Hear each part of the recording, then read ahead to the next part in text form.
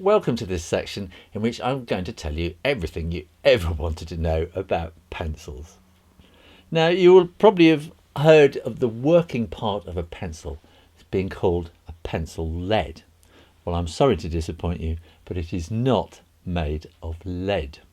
Now, lead is a poisonous heavy metal, which is why I am putting on these protective gloves. Now, lead is very soft, so you can draw with it if you really want to.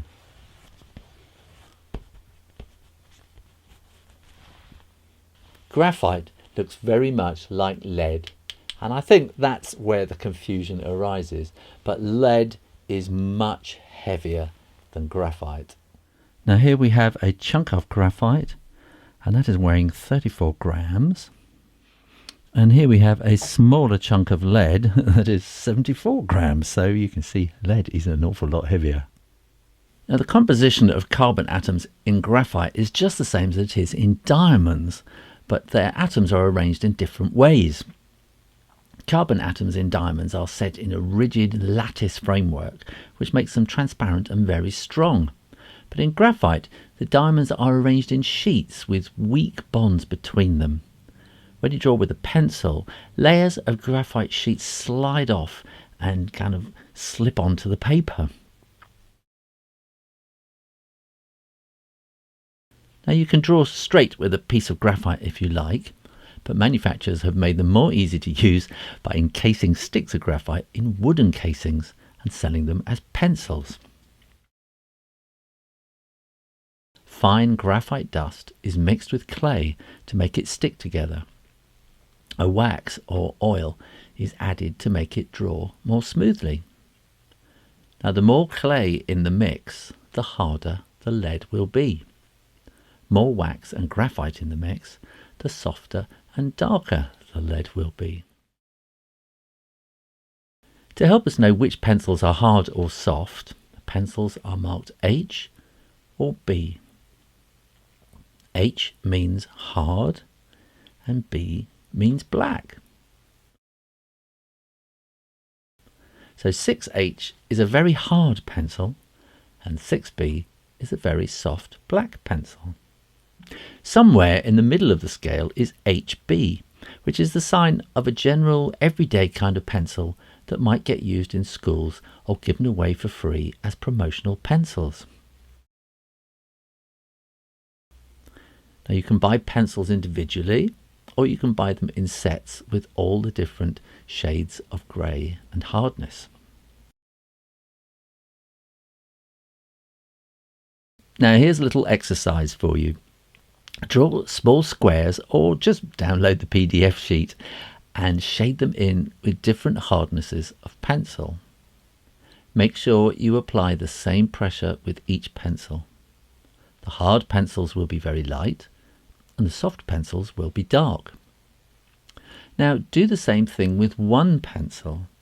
Press very lightly to make a light shade of grey and press harder and harder along the scale until you get the darkest shade out of your individual pencil. Now, some manufacturers add pure charcoal carbon to make the darker, softer pencils truly black. You might like to search out high carbon pencils for really dark shadows. Now, if you press too hard with a soft pencil, you may well break the tip. Pencils do not like to be dropped on hard floors. If you've ever sharpened a pencil to find it broken all the way through, it has most likely fallen hard on the floor. The shock wave shatters the lead inside the wooden casing, breaking it all the way down. So you may as well throw those pencils away. Pressing too hard with a pencil makes grooves and impressions in the paper. You will never be able to erase any mistakes once the graphite has been ground into the fibres of the paper. So when starting a pencil drawing, press gently, just leaving graphite on the surface of the paper. Now here's a little exercise for you.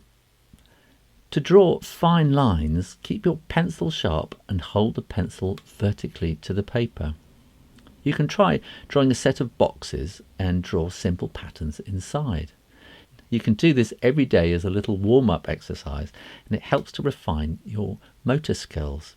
There are some examples of patterns for you to copy on the PDF sheet for you to download. Now, if you lean your pencil at a shallow angle to the paper, you can use the side edge of the lead to draw with. This is great for shading and can be used for some great effects. Try it and see. Now, don't forget your pencil sharpener. If you have difficulty with pencil sharpeners, then maybe it's time to get a new one. You may also want to get one that fits the size of your pencil. It is a fact that pencil sharpener blades go blunt. You can try to sharpen them, but it's hard to get the angle correct. Alternatively, with a bit of hunting around online, you can find spare blades. If you're going to be doing a lot of drawing, you may want to splash out and get a battery-powered sharpener. They come in many shapes and sizes. This one has a simple sharpener that revolves around the pencil. Others have complicated grinding knives and cost a lot more. The long point sharpener has a two-hole action. The first hole cuts the wood, and the second cuts the long, fine point. Now, you can also get mechanical pencils that have fine leads that don't need sharpening. You just press the button on the end and the pencil feeds more lead at the tip. The graphite for mechanical pencils is mixed with high polymer plastic to make the leads really strong. You will need a different pencil holder for each different thickness of lead. Mechanical pencils come in different lead thickness sizes and can be filled with soft or hard leads. They are great for technical drawing.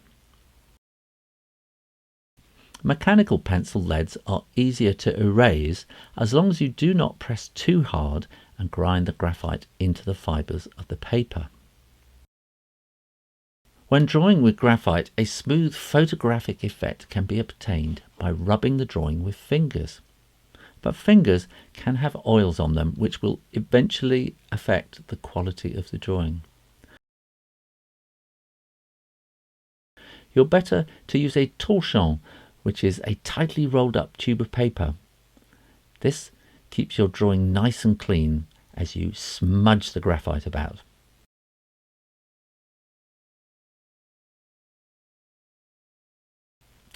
You can also get vinyl smudgers with which you can be a bit more precise and also make use of the shape of the vinyl blade.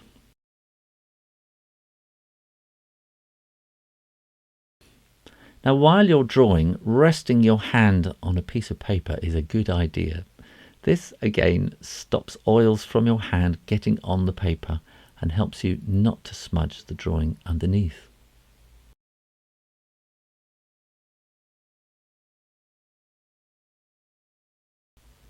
Now, just a quick final word about erasers. The white of the paper is very much part of the drawing. As well as erasing mistakes, you can use an eraser to add highlights by removing graphite from the drawing. You can use eraser guards to help you be even more accurate.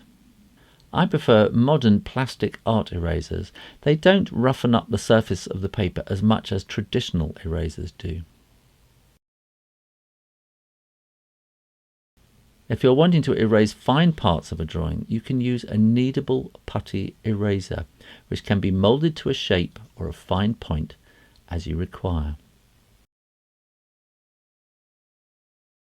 Of course, if you make a lot of mistakes, you could always get a battery-operated eraser and go totally crazy. There we go. I hope I have told you everything you need to know about pencils, and if not, don't be afraid to ask. In the next video, I'm going to show you how we draw three-dimensional objects on two-dimensional paper. See you there.